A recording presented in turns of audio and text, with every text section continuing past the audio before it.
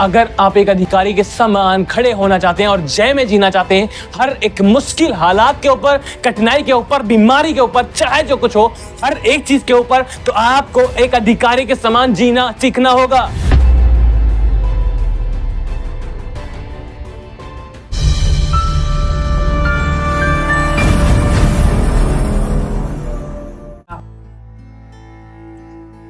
ये जो वर्ड है अधिकार, ये समझना बहुत जरूरी है। वैसे मैंने कई बार इस विषय को टच किया है और प्रीच भी किया है, बट अब भी मैं देख पा रहा हूं कि बहुत कम लोग हैं जिन्होंने इस चीज को समझा है, अपने अधिकारों को, और उनमें चल रहा हूं। दैट्स व्हाई मुझे लग रहा है ये ज्यादा जरूरी है कि जब तक आप इसे लर्न ना कर लें तब तक आप इसे बार बार सीखते रहें। समझ रहे हैं आप? अधिकार का अर्थ ही है एक अधिकारी जिसके पास कुछ अथॉरिटीज है, जिसके पास कुछ अधिकार है। समझ पा रहे हैं आप? कुछ अधिकार है जिसके पास। अधिकार में चलना, अधिकार है, लेकिन क्या उन अधिकारों में चल रहे हैं, ये जरूरी बात है। समझ रहे हैं आप? अधिकार है हमारे पास, क्या हम उन अधिकारों में चल रहे हैं? हालेलुया। मसीह यीशु ने हमें मसीह में बड़े अधिकार दिए हैं जो मैं आज आपको बताना चाहता हूं, पर बहुत कम लोग हैं जिन्होंने अपने उन अधिकारों को मसीह में समझा है और उनमें चल रहे हों। इसलिए वे एक ऐसा जीवन जीते हैं जहां पर वो हर एक मुश्किल, कठिनाई, जब उनके सामने कुछ कठिनाइयां होती हैं, कुछ तकलीफें होती हैं, वो वहां पर हारे हुए से खड़े हो जाते हैं, क्योंकि उनके पास अधिकार है, वे उन अधिकारों में चल नहीं रहे हैं। अधिकार तो है लेकिन चल नहीं रहे हैं। इसीलिए मैं आपको बताना चाहता हूं अधिकारों में चलना। अधिकार मसीह ने जो हमें दिए हैं, अथॉरिटीज जो हमें दी हैं, वे नॉर्मल नहीं है। समझ रहे हैं आप? अब देखिए, अगर एक व्यक्ति मुख्यमंत्री है तो उसके पास बहुत सारी पावर है ना? अगर कोई प्रधानमंत्री है तो उसके पास भी बहुत बड़ी पावर है कि वह देश में जो चाहे सो कर सकता है, करता है ना? क्यों? क्योंकि उसके पास पावर है। एक मुख्यमंत्री के पास भी पावर है, इसलिए वह जब अपने देश, अपने स्टेट में जो कुछ करना चाहता है वह करता है, क्योंकि उसके पास पावर है, उसके पास अधिकार है, उसके पास अथॉरिटी है। लेकिन उस अधिकार को अगर उसके पास है लेकिन वह अगर यूज ना करे तो क्या वो कुछ कर पाएगा? और यही आज बहुत सारे मसीह लोग कर रहे हैं। उनके पास अधिकार है लेकिन ना वे उस अधिकार को यूज कर रहे हैं, ना ही उसमें चल रहे हैं। आप समझ पा रहे हैं मैं क्या कहना चाहता हूं? हमारे पास सब अधिकार हैं, लेकिन क्या हम उनको यूज कर रहे हैं? क्या हम उनको उनमें चल रहे हैं? समझ रहे हैं आप? मान लो एक योद्धा है जिसके पास तलवार भी है और उसके पास कवच भी है, जिसे धार्मिकता झिलम बोलते हैं। कवच भी है, उसके पास तलवार है, भाला है, एवरीथिंग, सब कुछ उसके पास है। ये सब कुछ उसके पास है, लेकिन जब वह शैतान उसके पास अपने शत्रुओं के पास जाता है, अपने दुश्मनों के पास जाता है, तब वह अगर उन हथियारों को यूज ना करेगा, उन अधिकारों को ना यूज करेगा, तो क्या वहां पर जयवंत हो पाएगा? क्या वो जीत पाएगा? लेकिन इसी तरह आज मसीह लोग जी रहे हैं, इसी तरह से जी रहे हैं। वो, उनके पास अधिकार है, उनके पास हथियार हैं, लेकिन वे खड़े ऐसे ही हैं, वे उन्हें यूज नहीं कर रहे हैं। अब क्या ये बुद्धिमान बंदे? बताओ, क्या ये बुद्धिमानी है? तो परमेश्वर का वचन कहता है, संत पौलुस कहता है, तुम निर्बुद्धियों के समान नहीं परंतु बुद्धिमानों के समान चलो। तो एक बुद्धिमान व्यक्ति क्या करेगा? अगर उसके पास अधिकार हैं, उसके पास अथॉरिटीज हैं, उसके पास हथियार हैं, तो क्या करेगा उन हथियारों को? वह उन्हें यूज करेगा शत्रु से लड़ने के लिए, यूज करेगा ना? लेकिन आज बहुत सारे मसीह लोग ऐसे हैं, उनके पास अधिकार है, उनके पास अथॉरिटीज हैं, उनके पास हथियार हैं, सब कुछ है, लेकिन फिर भी ऐसे खड़े हैं मानो उनके पास कुछ है ही नहीं। वे ऐसा ही जीत जाना चाहते हैं बिना लड़े। आपको मैंने पहले भी बताया, आप मसीह में हैं, आप योद्धा हैं। और योद्धा किस लिए युद्ध में भर्ती किया जाता है? मस्त बैठे आराम से, बैठे खाए पिए ऐसे। एक योद्धा किस लिए तैयार किया था, नियुक्त किया था? ताकि वह लड़े। समझ रहे हैं आप? उसके पास अधिकार हैं, अथॉरिटीज हैं, हथियार हैं, सब कुछ पकड़े हुए हैं, लेकिन वो खड़ा है। हमें अधिकारों को यूज करना आना चाहिए, समझ रहे हैं आप? अधिकार में चलना हमें आना चाहिए, और यही चीज जो हमें समझने और सीखने की जरूरत है। मैंने कई बार बताया, लेकिन अभी तक मैंने इस चीज को देखा है, लोगों के अंदर ये चीज आई ही नहीं है। जब उनके सामने कुछ बीमारी होती, कुछ तकलीफ होती, उस तकलीफ, उस बीमारी की अधिक बात करते हैं, बजाय इसके परमेश्वर सामर्थ्य की बात करें और वे अधिकार उठाएं और उनमें बोले और उनमें चले, वे उस बीमारी के बारे में बात करते, उस तकलीफ के बारे में बात करें, उन कठिनाइयों के बारे में बात करें। लेकिन परमेश्वर चाहता है कि आप एक अधिकारी के समान जिए। समझ पा रहे हैं आप मैं क्या कहना चाह रहा हूं? हमारे पास सारे अधिकार हैं, हमारे पास सारी अथॉरिटीज हैं, हमारे पास हथियार हैं, तो हमें एक अधिकारी के समान जीना भी चाहिए, एक योद्धा की नहीं जीना भी चाहिए। या फिर एक व्यक्ति के पास सारे हथियार हैं, सारे अधिकार हैं, सारे अथॉरिटीज हैं, अगर वह उनका उपयोग ना करे तो क्या जीत जाएगा वो? बहुत सिंपल ही आपको समझना। क्या वो जीत जाएगा? वो लड़ने तो जा रहा, क्या वो जीत जाएगा? उसके पास सब कुछ है, हथियार भी है, तलवार भी है, और धार्मिकता का जन्म भी है, सब कुछ जो हमारे लिए जरूरी है वो है। लेकिन क्या हम अगर उन्हें यूज ना करें तो क्या हम जीत जाएंगे? तो फिर क्यों इस तरह से जी रहे हैं आप? समझ रहे हैं आप? क्यों इस तरह से जी रहे हैं जब आपके पास अधिकार है, अथॉरिटीज हैं, आपके पास हथियार हैं, और फिर भी आप उन हथियारों को संभाल कर रखे हुए हैं? मान लो मैंने मोबाइल खरीदा है एक नया, उससे मेरे काम है कुछ, मैंने बात करनी है किसी से, कुछ काम करना है उस पर, और मैंने एक नया मोबाइल मंगाया और मैं उस मोबाइल को लाकर मैंने रख दिया, संभाल कर रख दिया। क्या उस मोबाइल से कुछ पैदा होगा, कुछ लाभ होगा हमारा? नहीं। मोबाइल तो है हमारे पास, पर क्या लाभ होगा? क्यों नहीं होगा? क्योंकि मैं उसका उपयोग नहीं कर रहा हूं। समझ पा रहे हैं आप? क्योंकि मैं उसका उपयोग नहीं कर रहा हूं, इसीलिए उससे कुछ भी लाभ नहीं होने वाला। और इसीलिए आज इतने सारे मसीह लोग हैं, जब उनके पास कुछ तकलीफें, कुछ कठिनाइयां, कुछ मुश्किलें होती हैं, वे ऐसे हो जाते हैं, हालांकि उनके पास सब कुछ है, वे ऐसे खड़े हो जाते हैं मानो वो कुछ भी नहीं उनके पास, ना अधिकार है, ना अथॉरिटीज हैं, ना ही हथियार हैं। बेचारे के समान जीने लग जाते हैं, कहीं से कुछ हो जाए। बेचारा है ये। बेचारेपन के लिए खुदा नहीं चाहता कि आप जिए, बेचारे बनकर जिए, नहीं। परमेश्वर ने आपको कैसी आत्मा दी है? बेचारेपन वाली, जहां पर आप फील कर पाओ मैं बेचारा हूं, बेचारा ये क्या कर रहा है, ये क्या कर। परमेश्वर ने आपको ऐसी आत्मा दी है कि आप फील करो बेचारा हूं मैं, मुझे परमेश्वर भी नहीं ठीक कर रहा है, परमेश्वर भी मेरी ओर ध्यान नहीं दे रहा, मैं बेचारा हूं। परमेश्वर ने हमें कैसी आत्मा दी है? परमेश्वर ने हमें प्रेम की, संयम की, सामर्थ्य की आत्मा दी है, और वह आत्मा दी है जो हमें यह बताती है कि हम अनाथ नहीं हैं, हमारा एक पिता है और उसने हमें कुछ अधिकार दिए हैं। उस आत्मा ने हमें यह सिखाया है। एक बढ़िया तलवार है आपके पास, राइट? आपके पास एक बढ़िया तलवार है, एक भाला है, और वो जो ढाल होती है, ढाल है, एवरीथिंग, सब कुछ है आपके पास, और आपने उसे लाकर रख दिया जगह पर। फिर क्या होगा? अब मुझे बताओ, क्या उसमें जंग नहीं लगेगा? लगता है ना? क्यों लगता है? क्योंकि वह यूज नहीं की जा रही। लोगों के पास परमेश्वर का कलाम है, आत्मा की तलवार परमेश्वर का वचन है, लेकिन उन्होंने लाकर इसे रख दिया बस अपने पास, अपने घरों में रख दिया, अपनी दीवारों में सजा दिया है, यहां वहां लगा दिया है, और बस, और वहां पर धूल मिट्टी जम रही है। पहले भी आपको बताया था, ये वचन जब तक यहां लिखा है कुछ भी नहीं है, केवल एक नॉर्मल किताब है। बताया था ना पहले, एक नॉर्मल किताब है, लेकिन जब यह वचन हमारे हृदय में आता है और हमारे मुंह से निकलता है, ये आत्मा की तलवार बनकर निकलता है। समझ रहे आप? yes. और फिर ये जहां जाता है काटता और पीटता है, खत्म।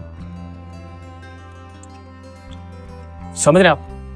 अधिकार में चलना हमारे लिए इसीलिए जरूरी है क्योंकि परमेश्वर चाहता है कि हम एक अधिकारी के समान जिए। परमेश्वर की यह इच्छा है। यीशु ने कहा हमें परमेश्वर की इच्छा के अनुसार जीना है, तो परमेश्वर की इच्छा यह भी है कि हम एक अधिकारी के समान जिए, एक पुत्र के समान जिए, एक राजा के पुत्र की नहीं, भिखारी के नहीं। समझ रहे ना आप? एक राजा का पुत्र, मान लो अमेरिका का जो राष्ट्रपति है उसका बच्चा कैसे जीता होगा? फटे कपड़े पहनकर, फटे चप्पल जूते पहनकर, पूरा हाथ पैर गंदे उसके, और इस तरह से घूम रहा होगा। बताओ, इस तरह से घूम रहा होगा? फिर कैसे जी रहा होगा? वो एक राजा का बच्चा है, तो राजाओं के बच्चों के समान जिएगा ना वो। लेकिन हम क्यों भूल जाते हैं कि हम भी एक राजा के बेटे और बेटियां हैं? हम क्यों यहां भूल जाते हैं कि हम एक राजा की संतान हैं और हमारा बाप स्वर्ग और पृथ्वी हर एक चीज के ऊपर प्रभुता करता है? क्यों हम इसे भूल जाते हैं? मैं नहीं चाहता कि आप एक बेचारेपन की आत्मा में जिए। बेचारा हूं मैं। परमेश्वर ने आपको बेचारेपन की आत्मा नहीं दी है। परमेश्वर ने आपको वह आत्मा दिया जो आपको बताता है कि तुम हो कौन, क्योंकि वह बताता है कि तुम परमेश्वर को उसे अब्बा पिता कहकर जब पुकारते हो तो यह तुम प्रकट करते हो कि तुम पुत्र हो, इसलिए तुम उसे अब्बा और पिता कहकर बुलाते हो। समझ रहे हो? हम पुत्र हैं इसलिए हम उसे अब्बा पिता कहकर बुलाते हैं। हमने जब उस पर विश्वास किया, हमें परमेश्वर संतान होने का अधिकार दिया, परमेश्वर पुत्र होने का अधिकार दिया। यह एक अधिकार है। क्या ये अधिकार? मसीह यीशु पर विश्वास करने के द्वारा पौलुस कहता है कि हमें बड़े हियाव के साथ, बड़े भरोसे के साथ परमेश्वर के पास जाने का अधिकार है, जो पुराने नियम में बिल्कुल नहीं था। कुछ लोग, गिने चुने लोग थे जो परमेश्वर के पास जाते थे पवित्र स्थान में, लेकिन आज ये अधिकार सबके पास है और इतना बड़ा है कि बाप कह सकते हैं परमेश्वर को। हालेलुया। और कोई भी ऐसा बाप नहीं होगा, कोई भी ऐसा बाप नहीं होगा जिसके बच्चे के ऊपर कुछ मुश्किलें, कुछ तकलीफें हों और वह अपने पिता के पास जाकर उसे पुकारे और उसकी ओर निहारे और उसका बाप कहे दूर हट जाओ मेरे से। एक दुष्ट बाप ऐसा नहीं करता, तो हमारा धर्मी पिता क्यों ऐसा करेगा?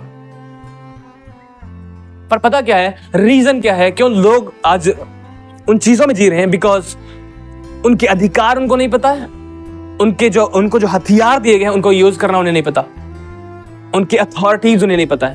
पता है, यूज करना नहीं पता है। समझ रहे हैं आप? तो कितने लोग हैं आज से एक अधिकारी के समान जीना चाहते हैं?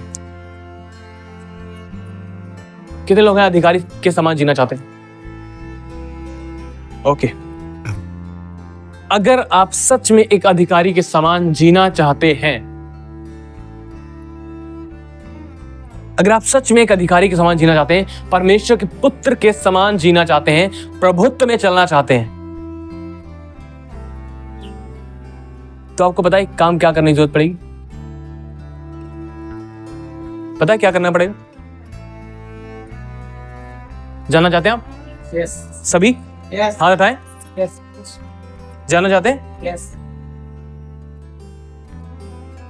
अगर हम एक अधिकारी के समान जीना चाहते हैं तो हमें बोलना सीखना होगा। बोलना सीखना। एक बच्चा जब तक बोल नहीं पाता तब तक वह इशारे में काम करता है, लेकिन जब वह बड़ा हो जाता है तब उसके लिए बोलना जरूरी है, और वह इसलिए जरूरी है कि बोलकर हर एक चीज को वह बता पाए और वह कर पाए। हालेलुया। Hallelujah.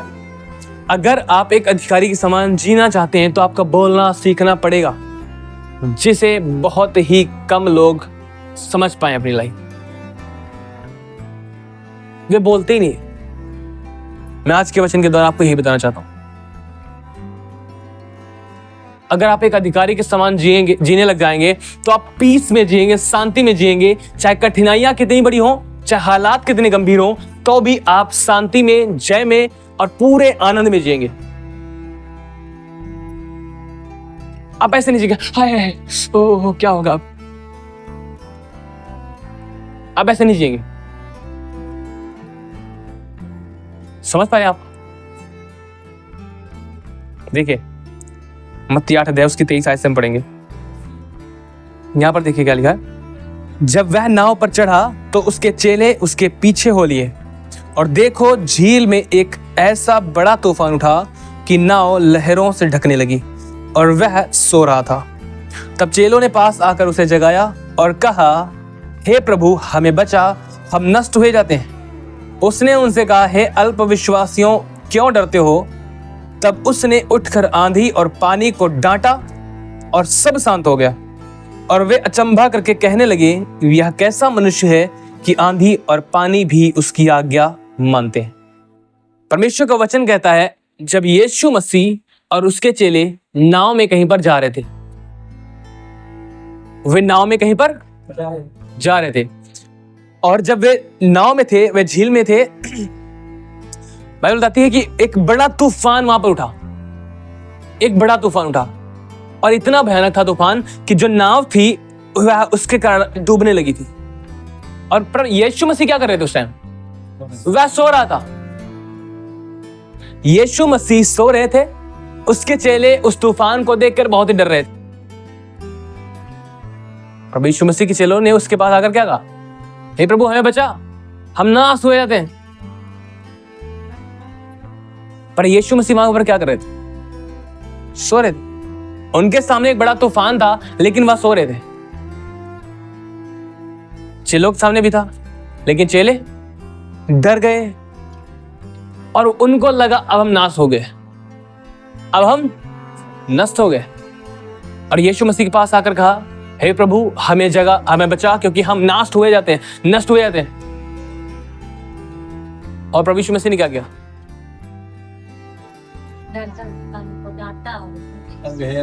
हाँ, प्रभु यीशु मसीह ने कहा, हे अल्पविश्वासियों, तुम क्यों डरते हो? हाँ, हे अल्पविश्वासियों, तुम क्यों डरते हो? यही चीज है जो मैं आज आपको बताना चाहता हूं। प्रभु यीशु मसीह के सामने सेम तूफान थे जो उसके चेलों के सामने थे, पर यीशु मसीह सो रहा था। आप जानते हैं सोने का मतलब क्या है? एक अधिकारी जो अपने अधिकारों को जानता है, एक अधिकारी जो अपने अधिकारों में चलना जानता है, उसके सामने बड़े तूफान हो सकते हैं, फिर वो चाहे बहुत ही बड़ी बीमारियों के हो, बहुत कठिनाइयों के हो, बड़े मुश्किल हालात हो, उन सब जगहों पर वह शांति में जिएगा, जय में जिएगा, क्योंकि उसे पता है कि उसका अधिकार क्या है। समझ रहे आप? क्योंकि उसे पता है कि उसके अधिकार क्या है। और वे लोग जिनको पता ही नहीं कि उनके अधिकार क्या है और उनमें चलना ही नहीं चाहते हैं, वे डरते हैं। और ये पता कौन से लोग हैं? उनके अंदर एक चीज जरूर पाएंगे आप, वो होंगे अल्पविश्वासी, जिनका विश्वास शब्दों में प्रकट। हाँ, हम विश्वास करते हैं, हम विश्वास करते हैं, हम विश्वास करते हैं, बस ये ऐसे विश्वासी है। पर बाइबल के अंदर जो विश्वास दिया गया, उस विश्वास के अनुसार वे जीने वाले विश्वासी नहीं है। बाइबल के अंदर जो विश्वास है और जो मनुष्यों के अंदर विश्वास है, उसमें जमीन और आसमान का अंतर है। अगर आप उसको देखना चाहेंगे तो मनुष्य की बुद्धि से कभी देख नहीं पाएंगे, क्योंकि वह विश्वास ईश्वरीय है जो बाइबल के अंदर दिया गया है। जिस विश्वास के विषय में और जिस अधिकार के विषय में आज आपको बताना चाहता हूं, वह ईश्वरीय है, जो ईश्वर परमेश्वर की ओर से उसके पुत्रों को दिया गया है। Hallelujah, hallelujah. ये विश्वास ईश्वरीय है जो परमेश्वर की ओर से मिलता है। Hallelujah, thank you Jesus. उसके चेले डर रहे थे और उनको क्या लगता था? हम नष्ट हो जाते हैं। बचने की तो बात ही नहीं, हम नष्ट हो जाते हैं। समझ रहे हैं आप? वो क्या कर रहे थे? हे प्रभु, हमें बचा, हम नाश हो जाते हैं। प्रभु यीशु मसीह ने कहा, हे अल्पविश्वासियों, तुम क्यों डरते हो? और प्रभु यीशु मसीह उठा और उसने आंधी और तूफान को डांटा और सब कुछ शांत हो गया। और प्रभु यीशु मसीह के चेलों ने क्या कहा? ये कैसा मनुष्य है भाई, आंधी और पानी और तूफान सब कुछ उसकी बात मानते हैं, उसकी आज्ञा मानते हैं। हालेलुया।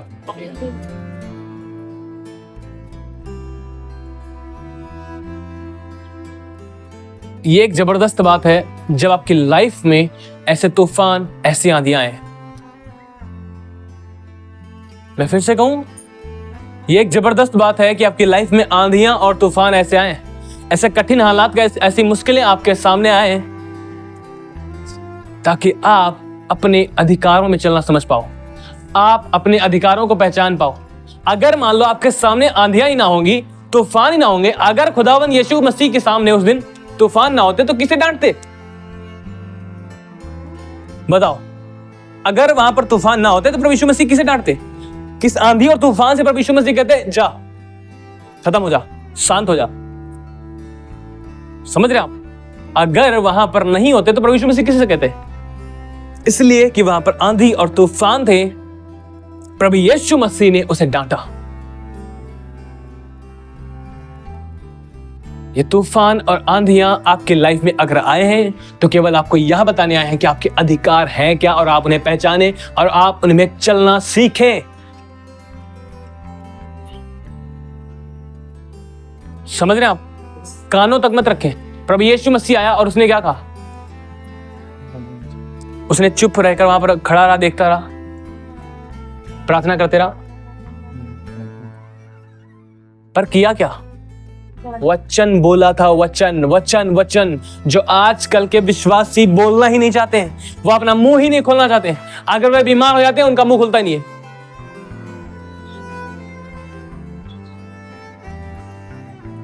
समझ रहे? अगर उनके ऊपर कुछ तकलीफें, मुश्किल हालात, कठिनाइयां आती, उनका मुंह खुलता नहीं है। अगर उनका मुंह खुलता है तो केवल इसलिए बहुत दर्द हो रहा है, सिर दर्द है, हाथ दर्द है, पैर दर्द है, ये प्रॉब्लम है, वो प्रॉब्लम, बस सिर्फ प्रॉब्लम प्रॉब्लम प्रॉब्लम, केवल प्रॉब्लम। अब उनका मुंह इसलिए नहीं खुलेगा कि वह अपना मुंह खोलें और उस प्रॉब्लम को डांटें और वह खुदावन यीशु के नाम में खत्म होगी। उनका मुंह इसलिए नहीं खुलता है कि उसे डांटे और पूरे विश्वास का, पूरे अधिकार का डांटे, वह उनसे नहीं होगा। उनसे अगर कुछ हो सकता है तो केवल यह, पूछो मत, सिर बहुत दर्द कर रहा, पेट बहुत दर्द है, बुखार छोड़ नहीं रहा, ये नहीं हो रहा, वो नहीं हो रहा, केवल यह सुन लो। और शैतान यह सुनकर आनंदित होता है। मैं नहीं कह रहा हूं कि हम किसी तकलीफ को बता नहीं सकते भैया, हम किसी को नहीं बता सकते। अगर कोई पूछे भैया क्या प्रॉब्लम, कुछ नहीं प्रॉब्लम, मैं नहीं कह रहा हूं कि हम नहीं बता सकते।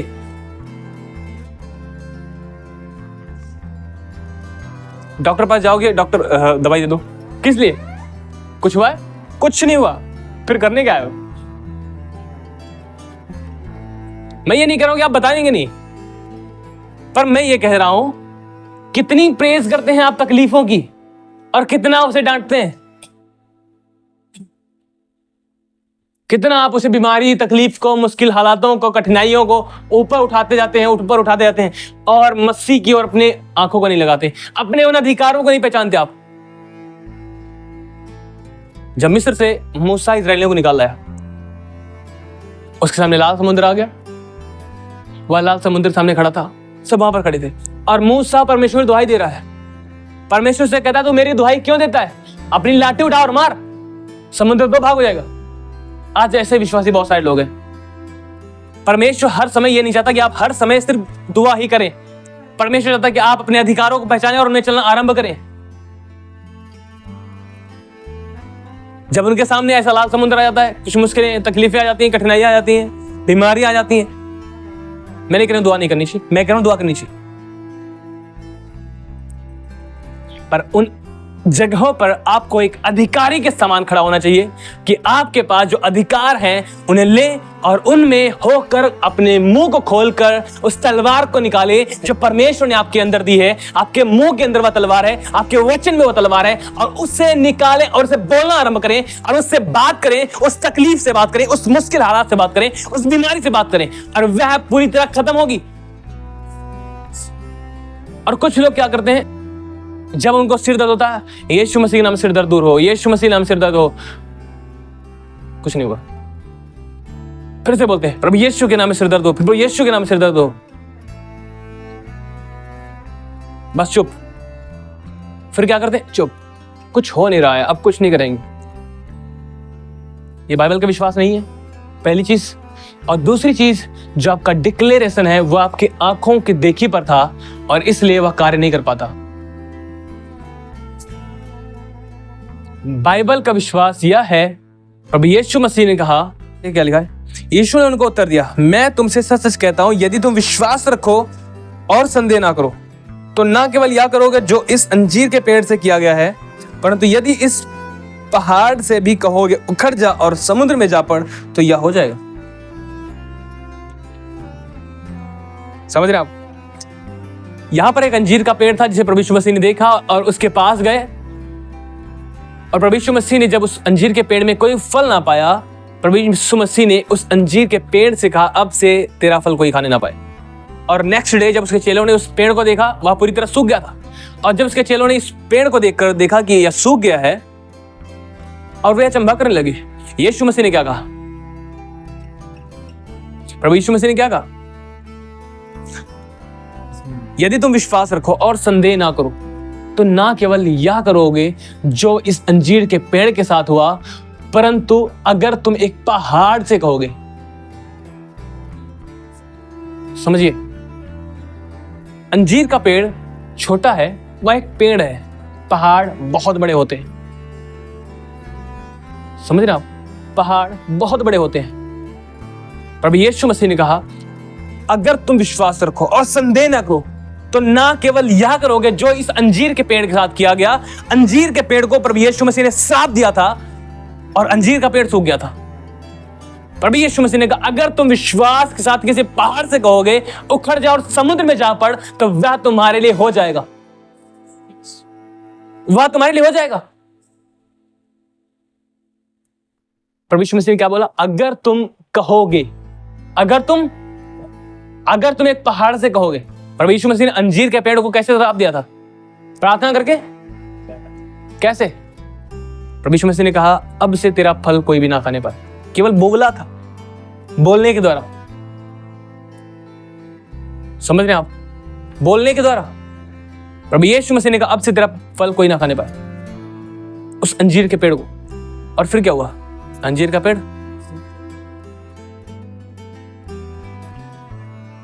वो बीमारियां, वो कठिनाइयां, वो तकलीफें छोटी हों चाहे एक पहाड़ जैसी बहुत बड़ी हो, चाहे वो कैंसर हो, चाहे टीबी हो, चाहे कुछ भी हो, वो पहाड़ जैसी बड़ी हो सकती है। यीशु मसीह ने कहा अगर तुम विश्वास कर उस पहाड़ से कहोगे उखड़ जा और समुद्र में जा पड़, तुम्हारे लिए हो जाएगा। तुम्हारे लिए हो जाएगा, पर विश्वास करो और संदेह ना करो। समझ रहे हैं आप? और इसीलिए कि बहुत सारे लोग अपने अधिकारों में नहीं जी पा रहे हैं क्योंकि वे विश्वास को अपनी आंखों के अनुसार रखते हैं और उन अधिकारों को जो उन्हें दिए गए हैं उन्हें उपयोग नहीं कर पाते, या फिर उपयोग करना ही नहीं चाहते क्योंकि वे अपने मुंह को खोलना नहीं चाहते।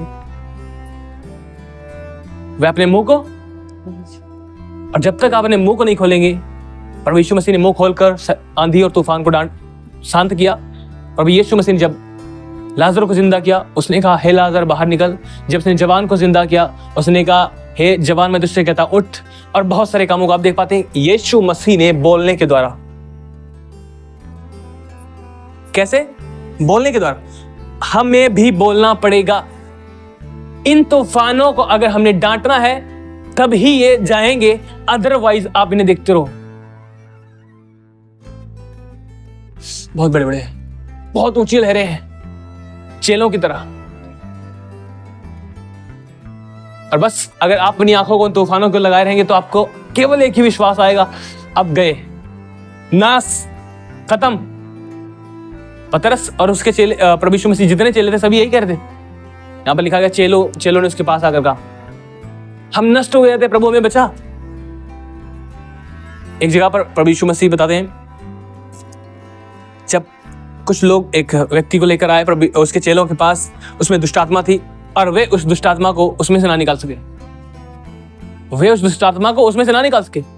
फिर उसके बाद उस दुष्ट आत्मा से सताए हुए व्यक्ति को प्रभु यीशु मसीह के पास लोग लेकर आए और उन्हें बताया कि हम आपके चेले के पास ले गए थे और वो उसमें से निकाल नहीं पाए दुष्ट आत्मा। प्रभु यीशु मसीह ने पहले इसके कि अब इस दुष्ट आत्मा को निकाले अपने चेलों से बात की। प्रभु यीशु मसीह ने उनसे बात की, मैं कब तक तुम्हारे साथ रहूंगा, तुम मुझे क्यों सताते हो, मैं कब तक तुम्हारे साथ रहूंगा। समझ रहे हैं आप? वह बताना चाहता था कि तुम्हारे अधिकार है क्या, तुम कब तक उन अधिकारों में चलना नहीं सीखोगे। किसी को थोड़ी सी प्रॉब्लम हो गई, थोड़ी सी समस्या हो गई, उठाओ सीधा फोन लगाओ भैया ये हो गया, पास्टर जी ये हो गया, प्रार्थना करो। हम नहीं कह रहे प्रार्थना नहीं करवाना है, जरूर करवाओ, लेकिन कब तक आप किसी के ऊपर निर्भर रहेंगे? कब आप एक अधिकारी के समान जीना सीखेंगे? कब आप एक स्वयं योद्धा के समान खड़े होकर जयवंत होकर जीना सीखेंगे? हमारा काम ही प्रार्थना करना।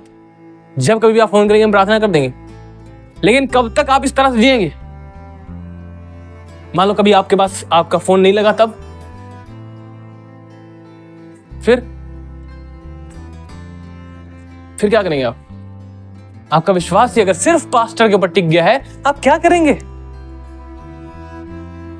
फिर वहां पर आप अधिकारी के समान खड़े नहीं हो पाएंगे। अगर आप एक अधिकारी के समान खड़े होना चाहते हैं और जय में जीना चाहते हैं, हर एक मुश्किल हालात के ऊपर, कठिनाई के ऊपर, बीमारी के ऊपर, चाहे जो कुछ हो, हर एक चीज के ऊपर, तो आपको एक अधिकारी के समान जीना सीखना होगा।